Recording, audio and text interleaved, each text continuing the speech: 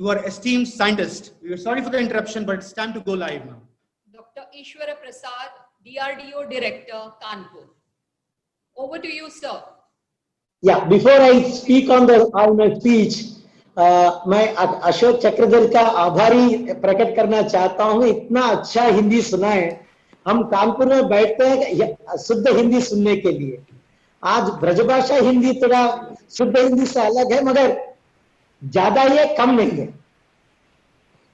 और चक्रधर जी बोल रहे थे कि ईश्वर प्रसाद आ नहीं पाए, मैं इसीलिए वो 2 मीटिंग कैंसिल करके बैठा हूँ. अशोक चक्रधर जी को सुने और मेरा तो 5 मिनट या 10 मिनट का जो भाषण देने वाला है, keynote address, I will do that in English because some letters now Hindi का शब्दकोश इतना अच्छा नहीं कि वो टेक्निकल का भाषा अच्छा हिंदी में प्रयोग कर सके. जो हम बनारस के हैं मगर भी हिंदी में इतना नहीं बोल पाए कि टेक्निकल का 1-to-1 जस्टिस दे सके. ये कंट्री को ये जानना चाहिए कि ये देश को ये जानना चाहिए कि हमारा टेक्निकल भाषा जो है, जो व्यावहारिक भाषा तक हिंदी ठीक है, मगर जो टेक्नोलॉजी, टेक्निकल और साइंस का जिस तक हमारा हिंदी का पेनिट्रेशन होना चाहिए उतना नहीं हो पाया. मैं आंध्रा का हूं, मगर 7th कक्ष में 7वीं कक्ष में मैं राष्ट्रभाषा पास कर दिया था. उस समय राष्ट्रभाषा का होता था almost equivalent to a degree, but I did that, because of my love for the Hindi. So I feel that the 5 years in Banaras and 5 years in Kanpur is my best time in my career. Though I did 35 years in the defense services, these 10 years are easily the best time I spent in fact 40 years, including 5 years BTech at Banaras. Now let me go quickly only for 5 minutes, because I know that the students would like to. I've been a member of this celebrations. Now they say that COVID time we should not celebrate officially, but educational institutes and students are always little away from the rule book. We are from defense, we have to follow the rule book. We are government servant, we have to follow the rule book. But students need not, and they should not to some extent. Okay, to some extent, not to the total liberty. So, coming to the topic that I am asked to speak, that is the engineering education and opportunities. What it actually engineering is, it always oscillates between basic sciences, applied sciences, to technology and systems, because engineering is the only bridge which gives both this textbook knowledge into a resource and value generation for the society.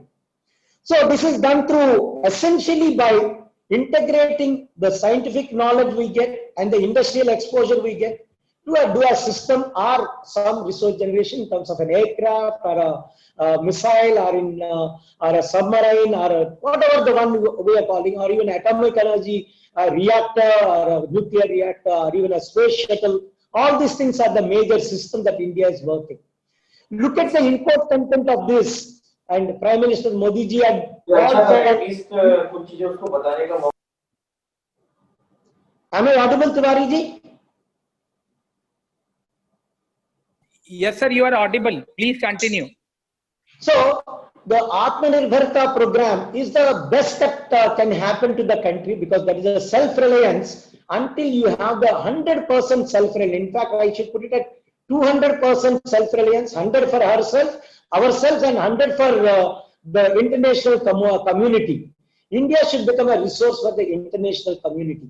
Then only I feel that Atmanirbharta का सही इस word का सही समझ पाए और सही इसका execute कर पाए. So for that the only means is the advanced technology. We cannot live in the past, we cannot go back to the past, but we have to live in the future and work for the future. And I only would like to tell you what is required for doing that. For that you have to understand the word excellence. Excellence is something that you should strive for, and the definition of excellence is to be better than the best. Everywhere, every field that we work, whether it is an engineer is turned out to be a sales engineer or an industrial engineer who does the production, or becomes a scientist like me via media, or we have a highest quality, a teacher, or even a highest class researcher, or a Nobel Prize winner. Everybody can come from India.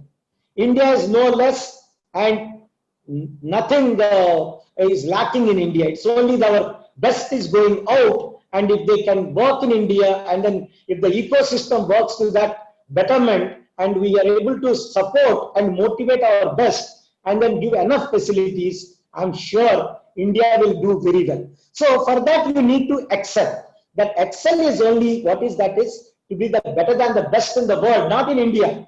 You look at that Hindi movie, you know, he says, no, gold medal jeeta, Commonwealth ka hi jeeta, Olympic ka jeetna tha. Okay, so that is what we have to do. So, so now coming to the career opportunities, because last 2 minutes I'll spend on that. A BTech graduate now has to go through a semester system, which actually gives only acquaintance with the engineering subjects. It doesn't, the yearly system used to give knowledge, but it was a limited knowledge, and the engineer is supposed to do, because it's become multidisciplinary, we have to do many subjects. So semester system has evolved. So there are positives for both of them, and it is up to the student to retain as much of the fundamentals as possible. The only way to do it is look at international standard textbooks. Don't look at whether they are done by Indian author or abroad author. You might know one of the best textbooks on FEM is done by Indian called Professor Reddy. Okay, so if you can think about, similarly, I admire the book by Professor Ashok Saxena, who had actually from US have written on non-linear fraction mechanics, which essentially happens at high temperatures. These sort of advanced subjects are done by Indian authors, and my own Professor Suryanarayan has written one of the best textbooks on material science on characterization. So any textbook of international standard only should be followed, and all other people should follow only the secondary one, like it's like taking tuition. But unfortunately, the secondary things are becoming primary. You know, we take tuitions and then skip the classes, which is not correct. So the student should do, important thing is excel in academics, and only top 10% of the people should thrive and aim for the real highest. Other people should select the best for them, whether they think that the best is only for the industrial production in India, or become a resourceful entrepreneur, or whatever they would like to do. The top 20-30% should definitely try to the best of the country. It is not that I am asking the last rankers not to do. Some of my batchmates who have done much better than me, I am in the middle grade. I am neither the topper nor the bottom. Then the student will have an opportunity right from industry to academia. As I said, industry is the one which gives a scope of doing only a incremental or otherwise a daily routine production, but the quality is most important. And also industry, many more challenges will come apart from the academia, which is diagonally opposite.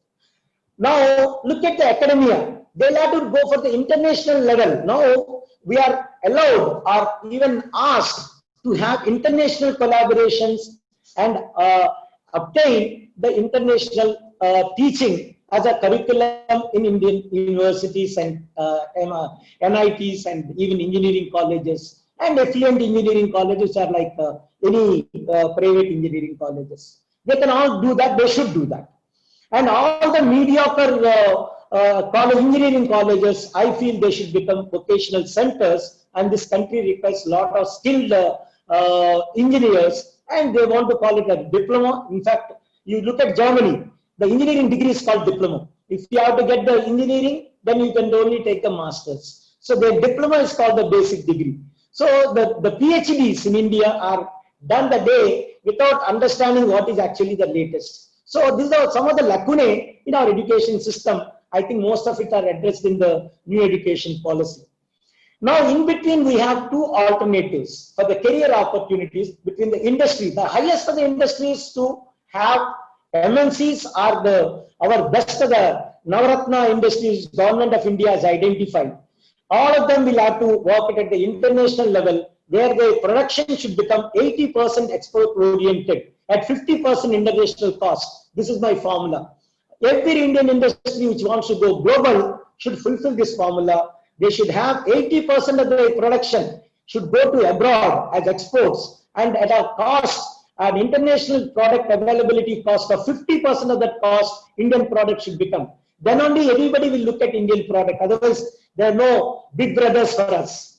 Then the research is the backbone, because this is the one which gives, either it is done in the 4 major research bodies of the country, the ISRO, then we have DRDO, then we have BAE and CSIR. Large industrial research base or system base, and this should be augmented to address the needs of the country first, then the needs of the Indian society next, and only the world. Then the world will have to be addressed only through academia and industry. So this is what is I personally feel. And as I said, in between these 3, that is industry, research and academia, we have several other options like the consultancy or the special services. It could be towards industry or towards academia. For example, the academia oriented special services, not many people know. They are like the quality control, the new technology adoption, then the policy making even for the government, then the special services, testing and evaluation, quality assurance, all these things are required at that level. You know, the interface between research labs and academia, if you make the research labs as a center or a think tanks. Then we have the other side towards the industry. We need to look at industrial policy, the certified production, then financing. Very, very important is the financing aspect which India misses. And overall, the legality should be built into engineering, where lot of us are unaware what actually are governing us, and we do several things blindly. So engineer cannot be blind. He has to be open. It's like a fish, you know, your eyes have to be always open. Similarly, a scientist should always think about his subject. So these are all some of the basic things. I'm 100% sure with the Make in India program, which the RM had released 101 items list, and soon it had become 108 list, should go to 500 systems or products which India should ban from import, and all of them should be made available in India in another 2 years. There is an urgency, there is an opportunity. I mean, let us take COVID as an opportunity. Let us not take it as a threat or a human threat. That threat is there, but उससे चिंता करके ज़्यादा फायदा नहीं है. You have to take it as an opportunity, rise to the occasion and work. Let me tell you the 2-3 products my student had done it in this one. It has become very famous. A shield, a dispenser and a mask. And they give everybody these 3 free in their localities. And I know thousands of those people have done it in India. It's all come from the volunteer, the earlier NGOs. Now have become industrial units, and several people are hand-holding with the societal organizations to help. This is another aspect. Every one of us is responsible for the Indian society. We should do that. And then we should do it much more. Our own laboratory, though we work for the advanced materials and products of the Indian defense directly, we did work for the COVID products. And one of the products has recorded the international best standard, 5.4 out of 6. Even the Japanese and Taiwanese product is only 4.5. But the company had 10,000 coveralls lying with them for almost 1 month before a major industry had adopted or a major source had adopted. So this is what a quick translation of an international product to international audience or international market is what India would miss in the next 2 years. And I feel this is where the big companies should come in. I'm already seeing several people are investing in these startups, and that should go in a big way. And people also should look at the risk factor. All the movies will not become commercially success. Some movies will become wonders in the audience hearts, but they might not be success. Sholay we still remember. It might not be a classical like Abhiman, but we should look for both Abhiman and Sholay.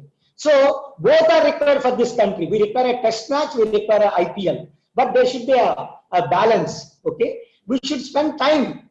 If we have to do it in the lab or a workplace, only for the work. And if you go back to home, You have a recording of your cricket match or a football match and watch it. Okay, but all the time we work here and then our man outdoor says like oh Chennai chalega. At least now the urgency has come and the government as well as everybody is asking for accountability. I think we'll have to do that. And once you take the accountability as the yardstick and each person become personally accountable or individually accountable, I'm sure India will thrive and become, if not, never look at the number one. If you work for the number one, you'll become number 10. Work for the next number. Automatically we reach what are the place we deserve or justify our capabilities. Last, I would only tell that engineer is a engineer. He is not a particular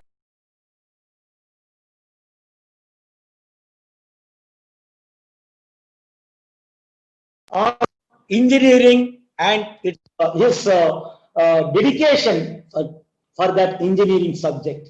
And only thing which is measured or engineer's capability is measured is how useful you are to your nation and to your Indian society. May God bless engineers of this country and may God bless ITM on its first foundation day, which is actually like a first birthday for a baby. And they have 100 years or 120 years, which is actually the lifespan of everybody thinks 100 years, but 120 years is the lifespan. I hope ITM will go 1200 years and then live as a best of the universities for years to come, decades to come, centuries to come. May God bless you. Thank you.